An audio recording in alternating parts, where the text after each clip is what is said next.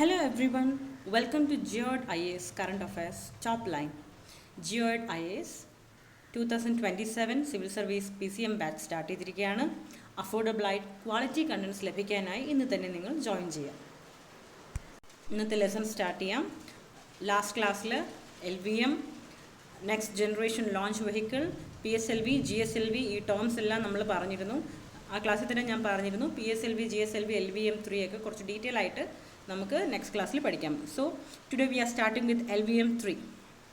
LVM3യുടെ നേരത്തെയുള്ള പേര് GSLV MK3 എന്നായിരുന്നു. ഇന്ത്യയിൽ നിലവിൽ ഹെവിയസ്റ്റ് റോക്കറ്റാണ് LVM3 എന്ന് പറയുന്നത്. നമ്മുടെ ഗഗൻയാൻ മിഷനൊക്കെ ഹെൽപ്പ് ചെയ്യുന്നതും ഒക്കെ LVM3 ആണ്. Enable human space flight, boost commercial launches. ഇപ്പോൾ നമ്മൾ മറ്റ് രാജ്യങ്ങളിലെ സാറ്റലൈറ്റ്സും എടുത്ത് ലോഞ്ച് ചെയ്യുമല്ലോ, അപ്പോൾ കൊമേഴ്ഷ്യലായിട്ട് ഇതുപോലെ നമുക്ക് ഇൻകം ജനറേറ്റ് ചെയ്യാനായിട്ട് സാധിക്കും. ഒരു ഒറ്റ മിഷനിൽ തന്നെ നമ്പർ ഓഫ് സാറ്റലൈറ്റ്സ് ലോഞ്ച് ചെയ്യുന്ന വഴി നമുക്ക് ഇൻകം ജനറേറ്റ് ചെയ്യാനായിട്ട് സാധിക്കുന്നു. മാത്രവുമല്ല ചന്ദ്രയാൻ 2 ലോഞ്ച് ചെയ്യാൻ 2019 ഹെൽപ്പ് ചെയ്തതും LVM3 ആണ്. പ്ലസ് സക്സസ്ഫുൾ ലോഞ്ചിങ് ആയിട്ടുള്ള Chandrayaan 3 also was enabled by LVM3. Made India one of the few lunar landing nations. എല്ലാവർക്കും അതറിയാമല്ലേ, സൗത്ത് പോളിൽ നമ്മൾ സോഫ്റ്റ് ലാൻഡ് ചെയ്യുകയാണ് ചെയ്തത്. അപ്പോൾ ആസ് ഐ സെഡ് ഏർലിയർ, LVM3യുടെ നേരത്തെ പേര് GSLV MK3 എന്നായിരുന്നു. LVM3ക്ക് ഒറ്റ മിഷനിൽ 36 സാറ്റലൈറ്റ്സ് വരെ ലോഞ്ച് ചെയ്യാൻ സാധിക്കും. അതുകൊണ്ട് തന്നെ as I said, commercial success of India, it enabled a huge for commercial success of India. പ്രധാനമായിട്ട് heavy communication satellites which supports TV, telecom, weather systems ഇതെല്ലാം ലോഞ്ച് ചെയ്യാനാണ് LVM3 ഹെൽപ്പ് ചെയ്യുന്നത്. നമ്മൾ ജിയോ സ്റ്റേഷനറി സാറ്റലൈറ്റ്സ് ലാസ്റ്റ് ക്ലാസ്സിൽ പഠിച്ചിരുന്നു അല്ലേ. അപ്പോൾ Jio stationery satellites പോലുള്ള ഹെവി ആയിട്ടുള്ള വളരെ ഡിസ്റ്റൻസിലുള്ള സാറ്റലൈറ്റ്സ് ലോഞ്ച് ചെയ്യാനാണ് LVM3 ഏറ്റവും കൂടുതൽ ഹെൽപ്പ് ചെയ്യുന്നത്. ഇത് PSLV, GSLV, LVM3 ഒരു കമ്പാരിസൺ ആണ്. നമുക്ക് ഈ പിക്ചറിൽ തന്നെ കാണാം LVM3യുടെ സൈസും സ്ട്രക്ചറും ഒക്കെ എങ്ങനെയാണെന്നുള്ളത്.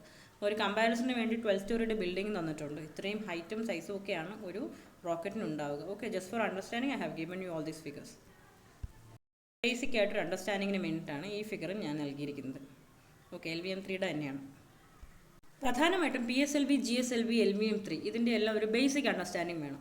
PSLV pallor and small satellites launch ചെയ്യാനായിട്ടാണ് യൂസ് ചെയ്യുന്നത്. GSLV GEO സാറ്റലൈറ്റ്സ് ലോഞ്ച് ചെയ്യാൻ, അതായത് ജിയോ സ്റ്റേഷനറി സാറ്റലൈറ്റ്സ് പോലുള്ളവ ലോഞ്ച് ചെയ്യാനായിട്ട് നമ്മളെ ഹെൽപ്പ് ചെയ്യുന്നു.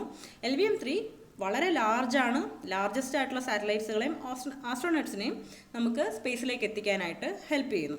PSLV is used for LEO mission, low earth orbit mission. Low earth orbit എന്താണ് ലാസ്റ്റ് ക്ലാസ്സിൽ പഠിപ്പിച്ചിരുന്നു. GSLV GEO മിഷന് വേണ്ടിയിട്ടാണ് യൂസ് ചെയ്യുന്ന ക്രയോജനിക് എഞ്ചിനാണ്. എന്താണ് ക്രയോജനിക് എഞ്ചിൻ എന്നും ലാസ്റ്റ് ക്ലാസ്സിൽ ടീച്ചർ പഠിപ്പിച്ചിരുന്നു. അടുത്ത LVM3 ഇന്ത്യയുടെ ഹെവിയസ്റ്റ് റോക്കറ്റാണ്. As I said already, it's used for human flight and deep space missions. അടുത്ത PSLV workhorse of ISRO ആണ്. Best for low earth orbit and polar orbits. Most reliable and frequently used ആണ് PSLV. നമ്മുടെ ഒരുപാട് successful മിഷൻസിന് കാരണക്കാരനാണ് ഈ റോക്കറ്റ്. GSLV as I said geostationary satellite മിഷൻസിന് വേണ്ടിയിട്ടാണ് യൂസ് ചെയ്യുന്നത്. Uses cryogenic engine, carries heavier satellites than PSLV. PSLVയെക്കാളും കുറച്ചുകൂടെ ഹെവി ആയിട്ടുള്ള സാറ്റലൈറ്റ്സ് ആണ് ലോഞ്ച് ചെയ്യാനായിട്ട് സാധിക്കുന്നത്. LVM3 മിസ് ഓൾറെഡി പറഞ്ഞു കഴിഞ്ഞു. Okay, next topic project Sanjay ആണ്. Project Sanjay Indian Army initiated ആയിട്ടുള്ള ഒരു പ്രോജക്റ്റാണ്. Its aim is for transforming itself into a future-ready, technology-driven, lethal and agile force.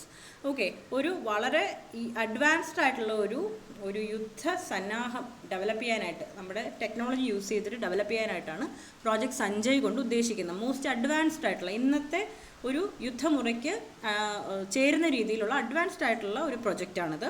Battle field surveillance സിസ്റ്റമാണ്. പ്രധാനമായിട്ടും ഒരു യുദ്ധമുഖത്തിന് വേണ്ടിയിട്ട് അനുയോജ്യമായിട്ടുള്ളൊരു സംവിധാനമാണിത്. കീ ഒബ്ജക്റ്റീവ്സ് എന്ന് പറഞ്ഞാൽ, primary objective of this system is to provide commanders and staffers with a composite operational picture for faster decision making. പെട്ടെന്ന് തന്നെ യുദ്ധമുഖത്ത് ഒരു decision എടുക്കണമെങ്കിൽ അതിനൊരു കോംപ്രിഹെൻസീവ് ആയിട്ടുള്ള ഒരു 360 ഡിഗ്രി പിക്ചർ കിട്ടണം അല്ലേ. അതിനൊക്കെ ആയിട്ട് കമാൻഡേഴ്സിനെയും സ്റ്റാഫേഴ്സിനെയും ഹെൽപ്പ് ചെയ്യാനായിട്ടുള്ള ഒരു സിസ്റ്റം കൂടിയാണിത്. It ഇൻറ്റഗ്രേറ്റ്സ് ground based sensors. Ground based ആയിട്ട് സെൻസേഴ്സ് ഉണ്ട്, UAV ഫീഡ് ഉണ്ട് ആൻഡ് സാറ്റലൈറ്റ് ഡേറ്റ ഉണ്ട്. That is needed for tactical battle and to look at depth areas that are 200 km beyond the boundaries. ബൗണ്ടറിയിൽ നിന്ന് 200 kilometre വരെയും നമുക്ക് surveillance ലഭിക്കുന്ന രീതിയിൽ വളരെ അഡ്വാൻസ്ഡ് ആയിട്ടാണ് ഇത് ഡിസൈൻ ചെയ്തിരിക്കുന്നത്. വളരെ ഇമ്പോർട്ടൻറ്റ്, DRDO അല്ല, ഭാരത് ഇലക്ട്രോണിക്സ് ലിമിറ്റഡ് ഈ system integrator of this ambitious project. മിക്കവാറും ഒക്കെ DRDO എന്ന വാക്കാണ് നമ്മുടെ UPSC ഓപ്ഷൻസിൽ വരാറ്. ഇത് ഭാരത് ഇലക്ട്രോണിക്സ് ലിമിറ്റഡ് ആണ്, DRDO അല്ല എന്നുള്ള കാര്യം ഒന്ന് ഓർമ്മിച്ചേക്കുക. It has validated the project in various terrains and is now delivering its surveillance centers for field formations by December 2025. Various ടെറൈൻസിൽ പരീക്ഷണം കഴിഞ്ഞിട്ടുണ്ട്. thousands of sensors ആണ് ഇൻഫർമേഷൻ ആൻഡ് ഡേറ്റ കളക്ഷന് വേണ്ടി യൂസ് ചെയ്യുന്നത്. അപ്പോൾ നമുക്ക് ക്വിക്ക് ഡിസിഷൻ മേക്കിങ്ങിന് നമ്മുടെ കമാൻഡേഴ്സിനെ ഇത് സഹായിക്കും. വേറെയും ആർമി പ്രൊജക്ട്സ് ഉണ്ട്. സാമ, ഈസ്റ്റ് സിട്രെപ്പ്, അവഗത്, ഹനുമാൻ, പ്രൊജക്റ്റ് ഇന്ദ്ര, ഇതെല്ലാം ആർമി ഇനീഷ്യേറ്റഡ് പ്രൊജക്ട്സ് ആണ്. നമ്മൾ പറഞ്ഞതിൻ്റെ ഒരു പിക്ചർ വേർഷനാണ് നിങ്ങൾ കാണുന്നത്. ഓക്കെ, സർവൈലൻസ് ഉണ്ട്, ഡ്രോൺസ് ഉണ്ട്, സെൻസേഴ്സ് യൂസ് ചെയ്യുന്നു. Landsat. What is Landsat? Landsat എന്ന് പറയുമ്പോൾ long running series of earth observation satellite ആണ്. ഇന്നും ഇന്നലെയും തുടങ്ങിയതല്ല, മോർ ദാൻ 50 years ആയി ഈ ലാൻഡ്സാറ്റ് വർക്കിംഗ് തുടങ്ങിയിട്ട്. Jointly operated by whom? നാസയും യുണൈറ്റഡ് സ്റ്റേറ്റ്സ് ജിയോളജിക്കൽ സർവേയുമാണ് ഈ ഒരു സർവേയുമാണ് ഈ ഒരു പ്രൊജക്റ്റിന്, ലാൻഡ്സാറ്റ് എന്ന പ്രൊജക്റ്റിന് പിന്നിലായി പ്രവർത്തിക്കുന്നത്. 1972 തുടങ്ങിയതാണ്. ലോ എർത്ത് ഓർബിറ്റാണ്. ടൈപ്പ് പോളാർ സൺസിങ്ക്രണസ് ഓർബിറ്റാണ്. ലേറ്റസ്റ്റ് സാറ്റലൈറ്റ് ലാൻഡ്സാറ്റ് 9 ആണ്. 2021 ലാൻഡ്സാറ്റ് 9 ലോഞ്ച് ചെയ്തത്.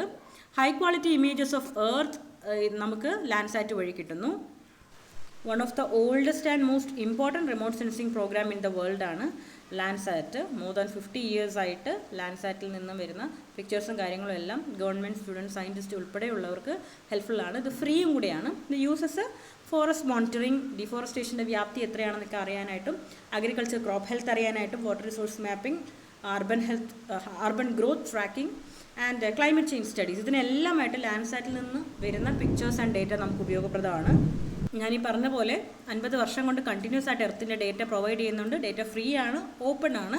സയൻറ്റിസ്റ്റ്, ഗവൺമെൻറ്, സ്റ്റുഡൻസ് ഉൾപ്പെടെ എല്ലാവരും യൂസ് ചെയ്യുന്നതാണ് ലാൻഡ്സാറ്റിൽ നിന്നുള്ള വിവരങ്ങൾ. ഓക്കെ, അടുത്തതായി നമ്മൾ നോക്കാൻ പോകുന്നത് സം പ്ലേസസ് ഇൻ ന്യൂസ് ആണ്. ഡെമോക്രാറ്റിക് റിപ്പബ്ലിക് ഓഫ് കോങ്കോയിൽ നടക്കുന്ന ഹ്യൂമാനിറ്റേറിയൻ ക്രൈസിസ് ആൻഡ് സിവിൽ വാർ നമ്മൾ ന്യൂസിൽ കാണാറുണ്ടല്ലേ. അപ്പോൾ ഈ പ്ലേസസ് ഇൻ ന്യൂസ് വളരെ ഇമ്പോർട്ടൻ്റ് ആണ്. പ്ലേസും കൺട്രി ആയിട്ട് ജോയിൻ ചെയ്യാനായിട്ട് നമുക്ക് ക്വസ്റ്റ്യൻസ് ഫ്രീക്വൻ്റ് ആയിട്ട് വന്ന് കാണാറുണ്ട്.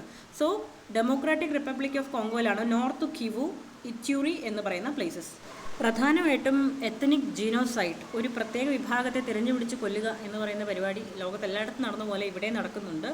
ഇതിൻ്റെ ഒരു ചെറിയൊരു ബാക്ക്ഗ്രൗണ്ട് പറഞ്ഞുതരാം. M23 റിസർജൻസ്, അതായത് മാർച്ച് 23 M23 റെബൽ ഗ്രൂപ്പ്സ് അതിൻ്റെ സിഗ്നിഫിക്കൻറ്റ് സ്ട്രെങ്ത് റീഗെയിൻ ചെയ്യുകയും മേജർ ടൗൺസ് ക്യാപ്ചർ ചെയ്യുകയും ചെയ്തു. അതുമാത്രമല്ല, ഈ group war crimes including mass killing, rape, force displacement, ഇതിനെല്ലാം കാരണമാണ് ഈ ഒരു ഗ്രൂപ്പ്. M23 മാത്രമല്ല, other groups like allied democratic forces link to ISISആയിട്ട് ബന്ധപ്പെട്ട വേറൊരു ഫോഴ്സും CODECU എന്ന് പറയുന്ന ഒരു ഗ്രൂപ്പും ഈ ഒരു സിവിലിയൻസിനെ അറ്റാക്ക് ചെയ്യുന്നുണ്ട്. വളരെയധികം ആൾക്കാർ, മാസ് കില്ലിംഗ് ആണ് നടന്നുകൊണ്ടിരിക്കുന്നത്. അതുമാത്രമല്ല, സ്റ്റേറ്റ് കൺട്രോൾ വളരെ വീക്കാണ്. സ്റ്റേറ്റിൻ്റെ കയ്യിൽ നിന്നും പോയി കാര്യങ്ങൾ. ഓവർ 7 million പീപ്പിൾ, അത്രയും ആൾക്കാരെ വരെ ഇവർ ഇൻറ്റേർണലി ഡിസ്പ്ലേസ് ചെയ്തിട്ടുണ്ട്. ഫുഡ് ഇൻസെക്യൂരിറ്റി ഉണ്ട്, സെക്ഷൽ വയലൻസ് ഹൈ ആണ്, എക്കണോമിക് ചാലഞ്ചസ് ആൻഡ് മിസ്മാനേജ്മെൻറ്റ് വളരെ ഹൈ ആണ്. ഇത് പ്രധാനമായിട്ടും ഇവിടെ മിനറൽ റിസോഴ്സസ് കൂടുതലാണ്. ആ ഏരിയ അവരുടെ കൺട്രോളിൽ വരാൻ വേണ്ടിയിട്ടാണ് ഈ ഒരു ഗ്രൂപ്പ്സ് എല്ലാം ശ്രമിക്കുന്നത്. മിനറൽ റിസോഴ്സസിന് വേണ്ടിയിട്ടാണ് പ്രധാനമായിട്ടും, ആ ഒരു എക്കണോമിക് ഗെയിനിന് വേണ്ടിയിട്ടാണ് പ്രധാനമായിട്ടും ഈ ഒരു അധികാരം ഇവർ പിടിച്ചെടുക്കുന്നത്. നെക്സ്റ്റ് സുഡാനിൽ ഖർത്തൂം എന്ന് പറയുന്ന പ്ലേസിലാണ്. ഇവിടെ സുഡാൻ്റെ തലസ്ഥാനമാണ് ഖർത്തൂം. SAF, RSF എന്ന് പറയുന്ന രണ്ട് ഗ്രൂപ്പ്സിൻ്റെ പ്രശ്നമാണ് ഇത്രയും വലിയ ഒരു ഹ്യൂമാനിറ്റേറിയൻ ക്രൈസിസിന് സുഡാനിൽ കാരണമാക്കിയത്. അറൗണ്ട് 12 million പീപ്പിൾ അപ്രൂട്ടഡ്, ഇവിടെ നിന്ന് ഡിസ്പ്ലേസ് ചെയ്യപ്പെട്ടു. 12 million പീപ്പിളാണ് ഡിസ്പ്ലേസ് ചെയ്യപ്പെട്ടത്. മനുഷ്യർ വളരെയധികം കഷ്ടപ്പെടുന്ന ഒരു കാഴ്ചയാണ് ഇവിടെ നിന്ന് നമുക്ക് കാണാൻ കഴിയുന്നത്. നെക്സ്റ്റ് യുക്രൈനാണ്. യുക്രൈനിലെ ചെർണായിവാണ്. നമുക്കറിയാം, റഷ്യ യുക്രൈൻ ക്രൈസിസ് തുടർന്നുകൊണ്ടിരിക്കുകയാണ്. അപ്പോൾ റഷ്യ ഫ്രീക്വൻ്റ് ആയിട്ട് ചെർണായിവ് എന്ന് പറയുന്ന സ്ഥലത്ത് ഡ്രോൺസ് ആൻഡ് മിസൈൽസ് ആക്രമണങ്ങൾ ഫ്രീക്വൻ്റ് ആയിട്ട് നടത്തിക്കൊണ്ടിരിക്കുകയാണ്. അവിടെയും ലക്ഷക്കണക്കിന് ആൾക്കാർ മരിക്കുന്നു. അപ്പോൾ വാർ ഫ്രണ്ടിലാണ് ഈ ഒരു സ്ഥലം. അതുകൊണ്ടാണ് ന്യൂസിൽ വന്നത്. നെക്സ്റ്റ് അസർബൈജാൻ അർമേനിയ പ്രോബ്ലമാണ്. ഇവർ തമ്മിൽ നേരത്തെ തന്നെ പ്രോബ്ലംസ് ഇങ്ങനെ വന്നുകൊണ്ടിരിക്കുകയാണ്. ഇതിനിടയ്ക്കാണ് അർമേനിയൻ പീപ്പിൾ കൂടുതലായിട്ടുള്ള നഗോർണോ ഖറബാക്ക് എന്ന സ്ഥലം അസർബൈജാൻ്റെ കൺട്രോളിലായത്. നഗോർണോ ഖറബാക്ക് നേരത്തെ തന്നെ ഒരു ഇൻഡിപെൻഡൻ്റ് ആയിട്ടൊരു സ്ഥലമായിട്ട് പ്രഖ്യാപിച്ചിട്ടുണ്ടായിരുന്നു. അതിന് പുറമേയും ഒരുപാട് പ്രോബ്ലംസ് അവിടെ ക്രിയേറ്റഡായി. ഇപ്പോൾ ഒത്തിരി ആൾക്കാർ ഒറ്റ ദിവസം കൊണ്ടോ ഒരാഴ്ച കൊണ്ടോ ഒക്കെ ഡിസ്പ്ലേസ്ഡ് ആയി. പ്രധാനമായിട്ടും കൂട്ടപലായനം നടന്നു. അവിടെ നിന്ന് അർമേനിയയിലേക്ക് ആൾക്കാർ ചേക്കേറി. ഓക്കെ, അവിടെ നമുക്ക് സുരക്ഷിതത്വം ഇല്ലാത്തത് കൊണ്ട് തന്നെ ആൾക്കാർ ഗ്രൂപ്പായിട്ട് ഡിസ്പ്ലേസ്ഡ് ആയി. ഇതോടുകൂടി ഇന്നത്തെ കറണ്ട് അഫെയർസ് സെഷൻ വൈൻഡപ്പ് ചെയ്യാണ്. നമുക്ക് നെക്സ്റ്റ് സെഷനിൽ മീറ്റ് ചെയ്യാം. Okay, bye, thank U.